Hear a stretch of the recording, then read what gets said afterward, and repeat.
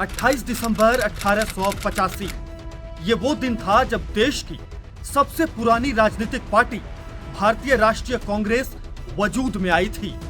138 साल 3 महीने 9 दिन पुरानी हो चुकी कांग्रेस पार्टी ने देश को पहला प्रधानमंत्री पंडित जवाहरलाल नेहरू के रूप में दिया, जिसके बाद आजाद भारत में कांग्रेस पार्टी का राजनीतिक वर्चस्व बढ़ता ही चला गया। नमस्कार, अभी आप देख रहे हैं जी बिहार झारखंड का डिजिटल मंच और मैं हूं आपके साथ शुभम राज।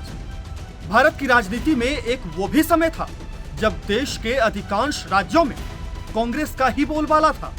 लोकसभा चुनाव की बात करें तो अधिक से अधिक सीटों पर कांग्रेस का ही कब्जा रहता था, जबकि बाकी दल एक सीट के लिए भी तरस जाते थे। लेकिन आज हालात एकदम उलट हैं।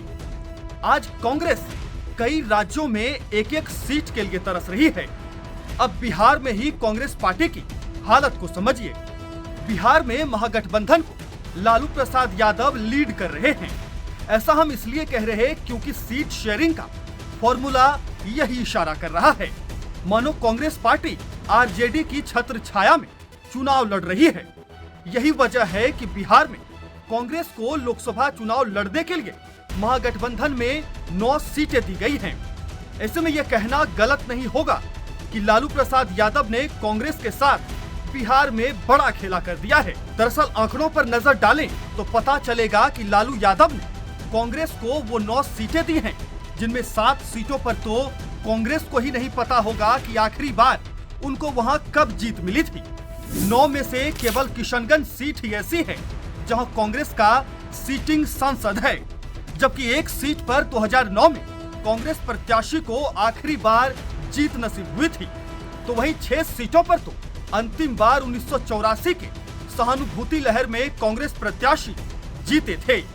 इनमें से एक सीट ऐसी भी है जहां कांग्रेस को तो जीत नहीं मिली, लेकिन 2014 में जिस प्रत्याशी को जीत हासिल हुई थी वो अब कांग्रेस को जिताने की बात कर रहे हैं। तो आइए अब बारी बारी से जानते हैं बिहार की 9 सीटों पर कांग्रेस का ट्रैक रिकॉर्ड।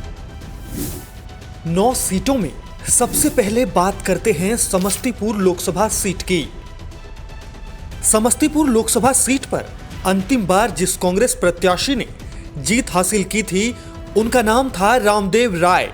1984 में जब इंदिरा गांधी की हत्या के बाद पूरे देश में सहानुभूति लहर पैदा हुई थी, उस समय रामदेव राय ने यहां से विजयी पताका लहराया था और उसके बाद इस सीट पर कांग्रेस जीत के लिए तरस गई और आज भी तरस रही है। पिछले 2 चुनावों से कांग्रेस यहां रनर अप रही है और 2009 के लोकसभा चुनाव में तो कांग्रेस प्रत्याशी डॉक्टर अशोक राम तीसरे नंबर पर रहे थे। पश्चिम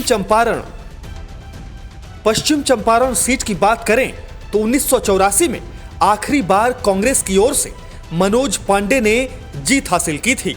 उसके बाद यहां से किसी कांग्रेस ने जीत का झंडा बुलंद नहीं किया। 1998 में तो कांग्रेस इस सीट पर 6ठे स्थान पर पहुंच गई थी।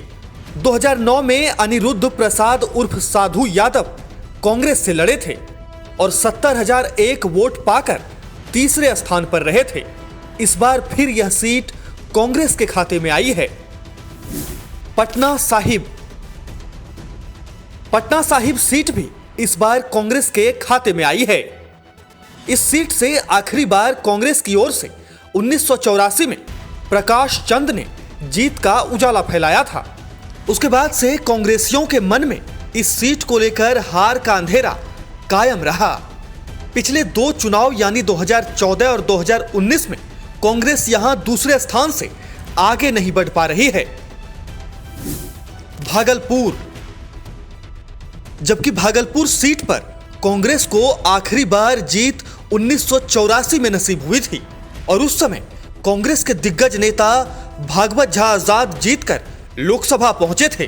2009 में अंतिम बार यहां कांग्रेस चुनाव लड़ी थी और तब सदानंद सिंह 52,121 वोट पाकर चौथे स्थान पर रहे थे। मुजफ्फरपुर में तो 1984 में आखिरी बार ललितेश्वर शाही ने इस सीट पर कांग्रेस को जीत दिलाई थी। 2009 में कांग्रेस यहां तीसरे स्थान पर रही थी। अभी के प्रदेश अध्यक्ष अखिलेश प्रसाद सिंह 2014 में इस सीट से प्रत्याशी थे, जिनको 16% मत ही हासिल हुए थे। महाराजगंज लोकसभा सीट पर केपी सिंह ने 1984 में कांग्रेस का झंडा बुलंद किया था। आखिरी बार यहां कांग्रेस 2009 में लड़ी थी। उसके बाद से वह मैदान से गायब हो गई। 2009 में 80,162 वोट पाकर तारकेश्वर सिंह तीसरे स्थान पर रहे थे। तब राजद प्रत्याशी उमाशंकर सिंह ने ही कांग्रेस प्रत्याशी को मात दी थी। अब दोनों दल साथ में चुनाव लड़ रहे हैं। सासाराम। तो वहीं सासाराम सीट पर 2009 में मीरा कुमार ने कांग्रेस की ओर से जीत हासिल की थी। 2014 से कांग्रेस यहां निकटतम प्रतिद्वंदी का किरदार निभा रही है। दिग्गज कांग्रेसी नेता जगजीवन राम यहां से मरते दम तक सांसद चुने जाते रहे। इस बार कांग्रेस की ओर से मीरा कुमार ने यहां से चुनाव लड़ने से इनकार कर दिया है। कटिहार। जबकि कटिहार सीट पर भी कांग्रेसियों को याद नहीं होगा कि आखिरी बार कब उनकी जीत हुई थी। इस बार के कांग्रेस प्रत्याशी तो 2014 में जीत गए थे, पर उस समय वे राष्ट्रीयवादी कांग्रेस पार्टी से उम्मीदवार थे, कांग्रेस से नहीं। तारिक अनवर इस सीट से 5 बार सांसद चुने जा चुके हैं। किशनगंज। हालांकि किशनगंज लोकसभा सीट ही एक ऐसी सीट है जहां अभी कांग्रेस का सिटिंग सांसद है। कांग्रेस का ही नहीं, महागठबंधन की ओर से भी डॉक्टर मोहम्मद जावेद ही बिहार में एकलौते सिटिंग सांसद हैं। मोहम्मद जावेद से पहले 2009 और 2014 में असरारुल हक यहां से कांग्रेस के टिकट पर 2 बार जीतकर लोकसभा पहुंचे थे। तो बिहार की यही वो 9 सीटें हैं जहां से 2024 के लोकसभा चुनाव में कांग्रेस अपना दमखम दिखाने वाली है। ऐसे में यह देखना काफी दिलचस्प होगा कि बिहार में इस बार कांग्रेस का प्रदर्शन कैसा रहने वाला है। फिलहाल इस कार्यक्रम में इतना ही। मुझे दीजिए इजाजत, फिर होगी मुलाकात।